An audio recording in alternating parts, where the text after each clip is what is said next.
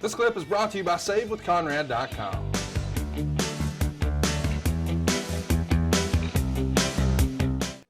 Jesse James and Frank James came right in and pinned the shoulders of the World Tag Team Champions, the Midnight Express. We also saw Nature Boy Ric Flair, the heavyweight champion of the world, in action.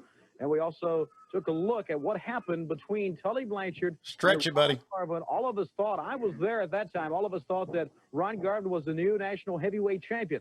However, because the tape is not allowed in the ring now, and you heard Ron Garvin talk about it just a few minutes ago, because the tape is not allowed in the ring, the decision was reversed. But my question is, what was that laying on the mat when Tully Blanchard was out? Was that on the mat? Yes, it was quarters, you dumbass. Did not really say.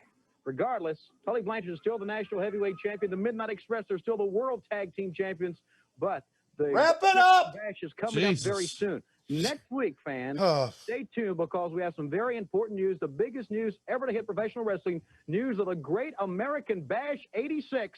Tune in next week to World Championship Wrestling. We'll see you next.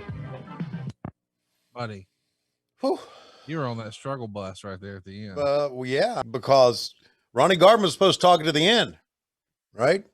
Oh, and it's the Ronnie's fucker, fault. yeah, it's Ronnie's fault, but I handled it. I got it done, right? You did. I made it Geico easy, right? You did. You bundled it right together. You sure did, man. How about that? Got all your announcements out of the way. Sure did. And I mentioned the Great American Bash as well, which was going to end up being the biggest story of the summer. Yeah, that was the real go home shout of the show. And that was the first time we really mentioned the Great American Bash. So Hey, there's let's real quick. Let's remind everybody that you and we've recorded a lot of stuff this week.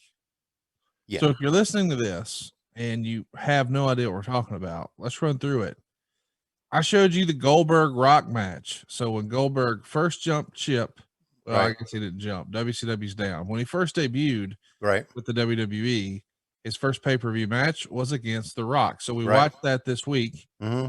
And you can find it over at patreon.com/WHW Monday. But we watched other stuff too, including a Punjabi prison match. Right. That's right. A Punjabi prison match and Tony Schiavone. It happened. It's Jinder Mahal and Randy Orton from a handful of years ago.